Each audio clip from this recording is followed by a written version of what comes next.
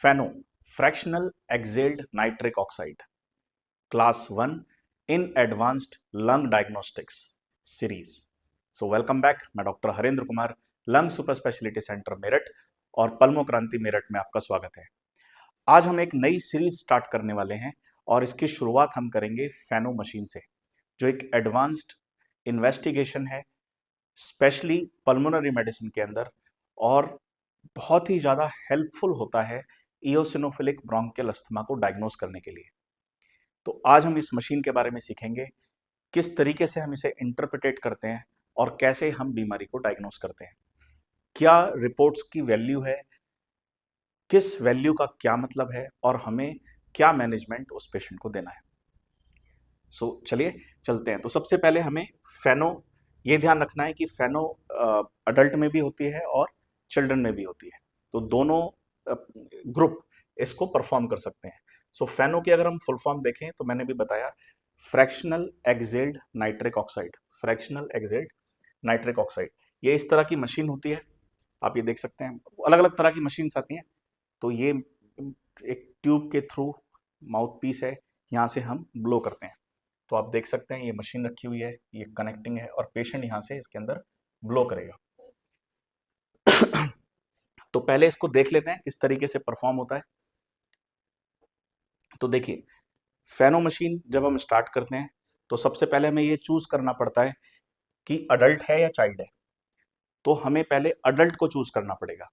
तो एज के according adult में इंपॉर्टेंट क्या होता है कि अडल्ट को 10 सेकंड्स तक फूंक मारना पड़ता है और चाइल्ड को 6 सेकंड तक फूंक मारना पड़ता है, मिनिमम क्राइटेरिया है। तो मोस्ट इंपॉर्टेंट इसमें क्या होता है कि एक ही प्रेशर पे परसिस्टेंट ब्लो करना है एक टाइम तक, 10 सेकंड्स तक। तो आप देख सकते हैं इसमें 3 कोड आ रहे हैं, येलो, ग्रीन, रेड। तो अभी पेशेंट ने क्या किया, वो येलो पे परफॉर्म कर रहा है, मतलब वो फूक हल्का मार रहा है, तो इसलिए उसमें आ गया ट्राई अगेन, वो रिपोर्ट देगा ही नहीं।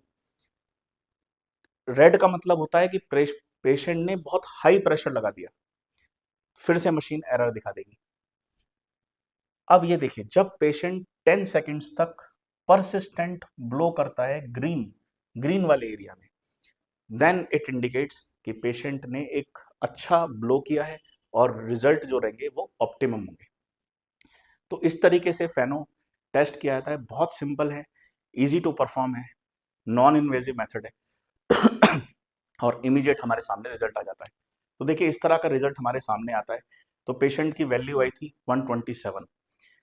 तो नॉर्मली इसके अंदर क्या होता है, जब भी फेनो की रिपोर्ट्स हमारे सामने आती है तो 3 चीज हमें देखनी है कि मार्कर्स गुड हैं। तो अगर लेस देन 25 है तो लेस देन 25, 25 to 50 और मोर देन 50। तो अगर वैल्यू 50 से ज्यादा है इट मींस सीवियर, इसको हम बोलेंगे सीवियर। 25 to 50 है मतलब मॉडरेट, मॉडरेट। और लेस देन 25 मतलब गुड कंट्रोल, उसको हम बोलते हैं गुड कंट्रोल। तो ये 3 वैल्यूज इसके अंदर आती है। तो जब भी हम फेनो करते हैं तो ये 3 वैल्यू हमारे सामने आएंगी और इसी के बेसिस पे हम बताते हैं कि पेशेंट को कौन सा इओसिनोफिलिक इन्फ्लामेशन है। मोर देन 50 है तो सीवियर इओसिनोफिलिक इन्फ्लामेशन है, 25 to 50 है तो मॉडरेट है और लेस देन 25 है तो मतलब गुड कंट्रोल है। तो अब ये पेशेंट का कितना आया, 127 आया। तो 127 वैल्यू बहुत हाई है। इससे हम पता कर सकते हैं कि पेशेंट को कितना सीवियर एयरवे इन्फ्लामेशन है। तो इसका क्या मतलब होता है, हमें कैसे मैनेजमेंट करना होता है। ओके, तो ये चीज हम देख लेते हैं। तो पहले इंपॉर्टेंट होता है नाइट्रिक ऑक्साइड को जानना। तो नाइट्रिक ऑक्साइड बेसिकली एक ब्रोंकोडायलेटर है, सांस की नली को खोलता है, ब्लड वेसल्स को डायलेट करता है। इट्स अ न्यूरोट्रांसमीटर और इन्फ्लेमेटरी मीडिएटर है which is produced by the lungs. So it's the pro inflammatory mediator that lead to the airway hyper responsiveness, मतलब हाइपर रिएक्टिविटी कराता है एयर के अंदर।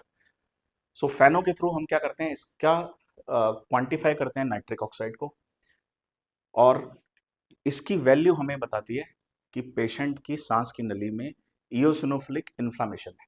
ओके, सो ये लास्ट स्लाइड है, बहुत इंपॉर्टेंट स्लाइड है। तो फेनो हमें क्या बताती है, फेनो हमें डायग्नोस करके बताता है कि इयोसिनोफिलिक एयरवे इन्फ्लामेशन है या नहीं है। मोस्टली ब्रोंकियल अस्थमा, कई बार सीओपीडी अस्थमा ओवरलैप कर जाते हैं, उसमें भी ये हेल्प करता है। कई बार क्रोनिक ब्रोंकाइटिस के अंदर भी हमें इयोसिनोफिलिक एयरवे इन्फ्लामेशन देखने को मिलता है। तो जितनी ज़्यादा वैल्यू होगी means patient will respond to the inhaled corticosteroid. तो यही इसका इंपॉर्टेंट फीचर है कि अगर पॉजिटिव आता है तो इसका मतलब है कि पेशेंट को जब हम आईसीएस लावा देंगे, आईसीएस देंगे, इनहेल्ड कॉर्टिकोस्टेरॉइड देंगे, so patient will response, so it will likely to benefit from ICS. तो पहला इसका क्लिनिकल इंप्लीकेशन हो गया that it will diagnose the disease. दूसरा मॉनिटरिंग। मॉनिटरिंग कैसे पता करेंगे? अब सपोज करिए पेशेंट की भी जो वैल्यू थी 127 थी, पेशेंट वैल्यू वाज हाई। अब अगर सपोज करिए 3 महीने बाद भी फेनो परसिस्टेंटली हाई आ रही है, तो हम क्या उस पर इन्फ्रेंस निकालेंगे?